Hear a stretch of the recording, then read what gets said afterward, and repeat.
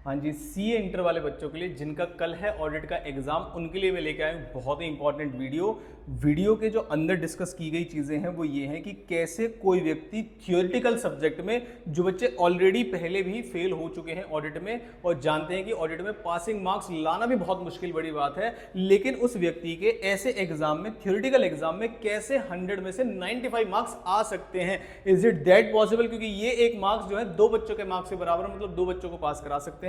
तो कैसे एक टॉपर की आंसर शीट से हम चीजें सीख सकते हैं। अगर आपका पेपर भी ऑडिट का है या कोई भी थ्योरेटिकल एग्जाम आप किसी भी प्रोफेशनल एग्जाम में लिखने जा रहे हैं, तो आपके लिए वीडियो हो सकती है बहुत ही ज्यादा इंपॉर्टेंट। तो वीडियो को प्लीज जरूर लाइक करिएगा ताकि ज्यादा से ज्यादा बच्चों तक पहुंच जाए। जो फास्ट ट्रैक बैचेस हमारे चल रहे हैं, अगर आपके बारे में उनके बारे में नहीं पता है तो एक नंबर है जो मैं हर उसमें शेयर करता हूं, प्लीज उस पर व्हाट्सअप करके चेक कर लीजिएगा।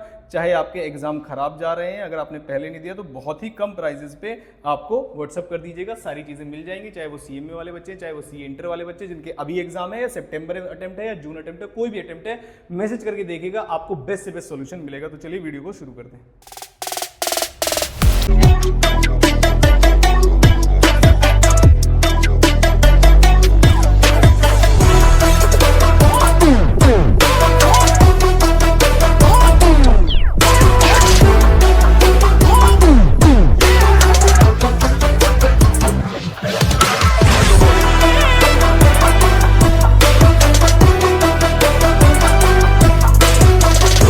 हाँ जी, तो वीडियो को करता हूं मैं शुरू और आपको दिखाता हूं कि कैसे एक थ्योरेटिकल सब्जेक्ट में बच्चे 95 तक ले आते हैं, जहां 40 नंबर लाने के भी लाले पड़े हुए होते हैं। जैसा कि आप देख सकते हैं 70 मार्क्स में से 66 मार्क्स है, मतलब बच्चे के आंख ही बाहर आ जानी चाहिए ये नॉर्मल बच्चों के देखते हुए कि कैसे भाई 4 ही नंबर कटे हैं, पूरी थ्योरी लिख दी तुमने, कोई जान पहचान तो नहीं थी आईसीआई वाले के साथ। तो देखते हैं जरा ध्यान से कैसे ये आंसर लिखते हैं। शुरू करते हैं। उन्होंने कहा हम पार्ट 2 शुरू करने जा रहे हैं, जो कि आपका सेक्शन नंबर बी है, मतलब एमसीक्यू वो अटेम्प्ट कर चुके होंगे यहां तक, या बाद में करेंगे जैसा भी केस है। सबसे पहले कुछ कीवर्ड है हमारे, देखिए स्टेटमेंट के बारे में अगर बोला है कि करेक्ट है या इनकरेक्ट है, तो उन्होंने पहले ऊपर लिखा कि this statement is incorrect, underline किया उसको, और जब आंसर लिखने की बारी आई तो स्टैंडर्ड्स के बारे में बताया कि ये जो क्वेश्चन है ये स्टैंडर्ड ऑन ऑडिटिंग का 210 एसएसए पे बेस्ड है। और जो जो बातें लिखी हैं बिल्कुल आप देख सकते हैं, 1 2 3 4 5 मैक्सिमम 5 लाइन लिखी है, 5 वर्ड्स लिखे हैं एक लाइन में, और उसके बाद एक और लाइन लिखी, फिर गैप छोड़ दिया, फिर गैप छोड़ दिया, फिर गैप छोड़ दिया।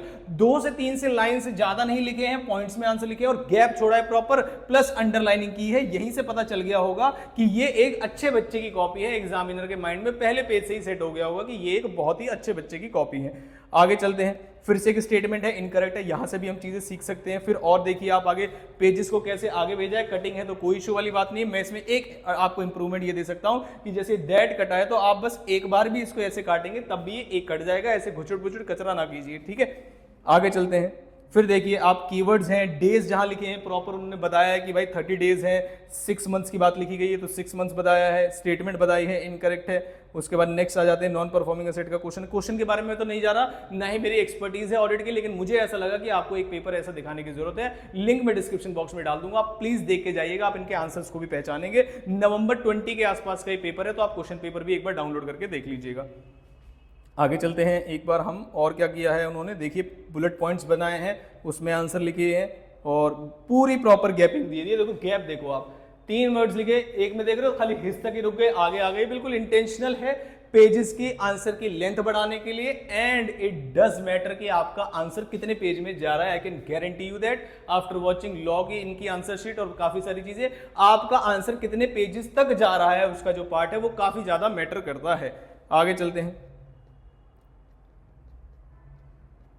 और बाकी सारी चीजें आई होप आप समझ रहे होंगे इसमें कैसे किस तरीके से आंसर लिखा है उन्होंने। डिटेल में तो मैं नहीं जाऊंगा क्या आंसर है, किस तरीके से लिखा है, लेकिन आंसर की प्रेजेंटेशन बिल्कुल कॉमन है, अंडरलाइन की हुई चीजें हैं, खुला खुला लिखा है। एक लाइन में 4 वर्ड्स से 3 4 5 इससे ज्यादा वर्ड्स उन्होंने नहीं लिखे हैं। आगे चल के देखते हैं। इसमें क्वेश्चन नंबर ये है 5, बिल्कुल बीच में आंसर नंबर लिखा है कि हाँ आंसर नंबर 5 हम यहां से लिखना शुरू कर रहे हैं। आगे चलते हैं।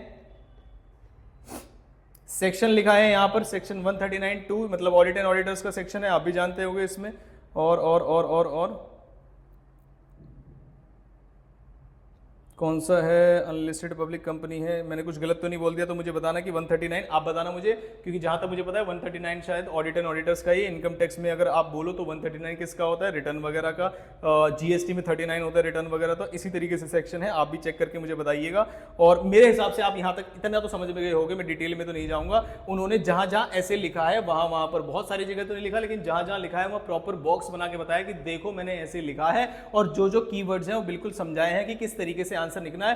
पेपर बिल्कुल नीट एंड क्लीन है, प्रॉपर गैपिंग है, कहीं एक 2 लाइन के, देखो 2-2 लाइन के भी गैप आप दे सकते हो, यहां से हम ये चीजें सीख सकते हैं। और जितनी भी आपकी तैयारी हो गई है, कुछ पेपर की साइकोलॉजी के बारे में बात कर लेता हूं, जितनी भी आपकी तैयारी हो गई है, आप इससे ज्यादा चीजें ना देके, नई नई चीजों को ना पढ़े, जो भी तैयारी हो गई है वो बेस्ट है, और जितना आपने पढ़ लिया है उतना ही आया है। जो बच्चे ऐसा सोच रहे हैं कि कम पढ़ा है, पेपर देने जाऊं या ना जाऊं, प्लीज ऐसा ना सोचें। आपका कॉस्ट का पेपर कैसा गया, ऑडिट का कैसे जाने वाला है, ग्रुप छोड़ दो या ना छोड़ दो, बस जाके पेपर बिंदास लिख के आइएगा, प्रेशर बिल्कुल फील ना करिएगा। पेपर को पहली बार पढ़ के आपको इस तरीके से लगेगा पेपर बड़ा लेंदी है, स्टार्टिंग में एमसीक्यूज ना पढ़े, ये मेरा आपको सजेशन है कि स्टार्टिंग में अगर आप एमसीक्यू पढ़ते हैं, और आजकल के एमसीक्यू बड़े बड़े होते हैं, केस बेस होते हैं, सिनेरियो बेस होते हैं, बहुत ज्यादा टाइम वेस्ट करते हैं आपका, तो पहले पेपर में मार्क कर लीजिए, डिस्क्रिप्टिव वाले पेपर में आपको कितनी सारी चीजें आती है, और उसके बाद पेपर को डिसाइड करिए कि आपको करना है या नहीं करना है। आई होप ये वाली वीडियोस जो मैं पेपर के जस्ट पहले लेके आता हूं, जनरली तो एग्जाम डे पे लेके आता हूं, लेकिन आज क्योंकि टाइम था हमारे पास और एफएम के पेपर में भी टाइम है, तो मैंने सोचा आज ही अपलोड कर दूं, ताकि कल तक ये ज्यादा से ज्यादा बच्चों तक पहुंच जाए। आप भी चाहते हैं अगर ज्यादा से ज्यादा बच्चों तक जो पहुंचे, तो प्लीज लाइक करिएगा वीडियो को।